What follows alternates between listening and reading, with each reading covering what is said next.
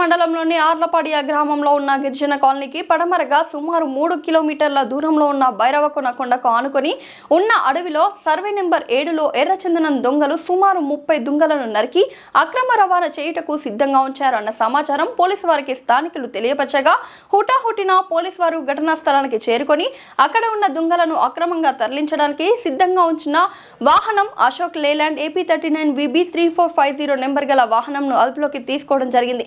ఘటనా స్థలంలో 30 ఎర్రచందనం దుంగలను వివో కంపెనీ సెల్ ఫోన్ను పోలీసు వారు స్వాధీనం చేసుకున్నారు. పోలీసు రాకడను గమనించిన దొంగలు అక్కడ నుంచి పారిపోయారు. 30 దుంగలు విలువ అంతర్జాతీయ మార్కెట్లో సుమారు 20 లక్షల రూపాయల వరకు ఉండవచ్చు అని అధికారులు తెలియజేశారు.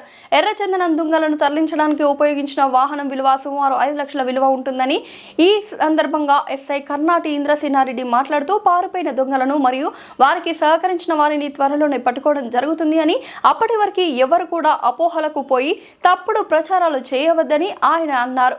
ఈ ఎర్రచందనం పట్టుకోవడంలో ప్రతిభను కనబరిచిన సిబ్బంది SI A Seenaiah, P Chennaiah, D Prashanth, SK Farvees, forest అధికారులు తదితరులు పాల్గొన్నారు.